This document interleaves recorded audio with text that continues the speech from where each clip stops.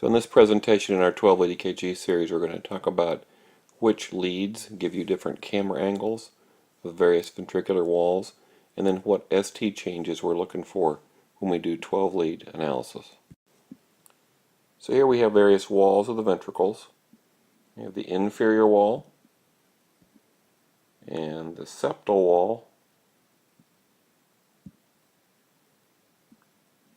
the lateral wall,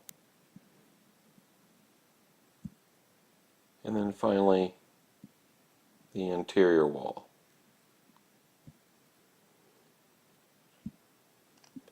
And when we take a look at the chart on the right, you can match up which leads give you a camera angle for those various walls. So if we take a look first at the lateral wall, you can match that up to the leads in orange, 1, AVL, V5, and V6.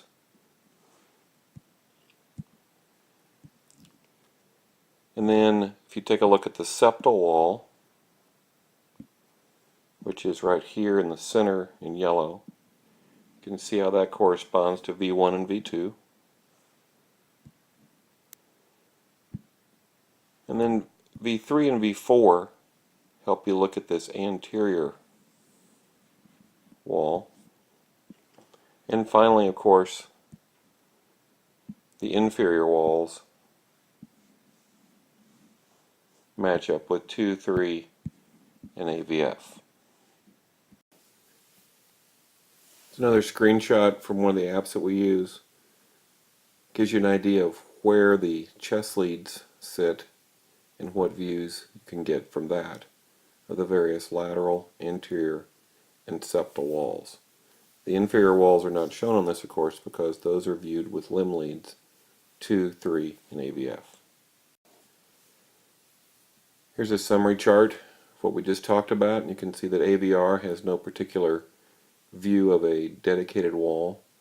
And then again, the laterals, 1, V5, V6, the inferiors, 2, 3, and AVF, the septals, V1 and V2, and the anterior walls, V3 and V4.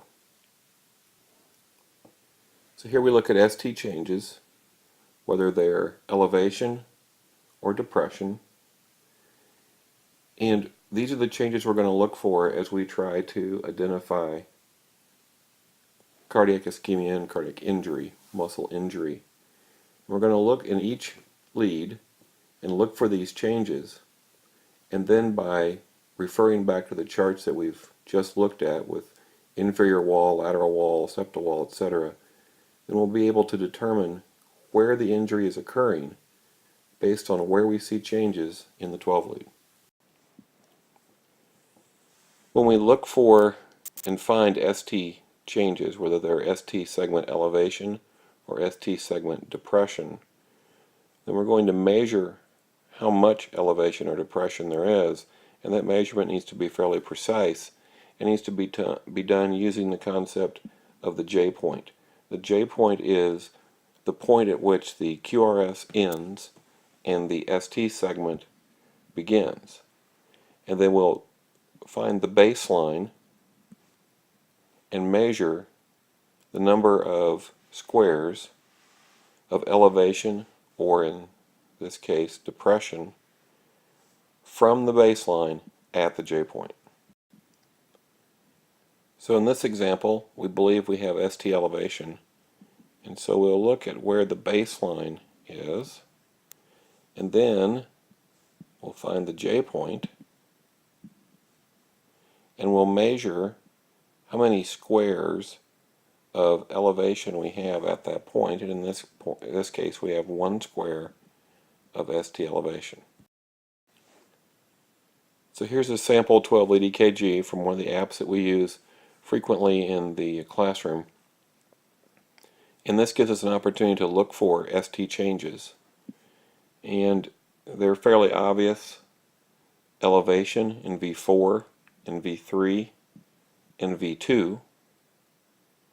And if we could zoom in closer, we would be able to measure and verify that there is at least 1 millimeter, 1 square of elevation in those leads.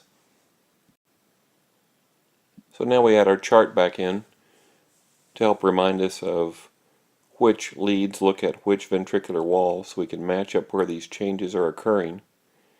And as we see, we have V2, V3, and V4, which matches up with septal and anterior leads, thus giving the assessment that's printed at the top of this EKG of either an anterior or an anteroseptal, meaning both anterior and septal walls involved in the injury pattern. Here we look at another sample EKG, and we see some ST elevation in lead 2, as well as lead 3, also in lead AVF. Looks like there's some depression in AVL, maybe some depression in 1, not a lot of depression or elevation in many of the other leads.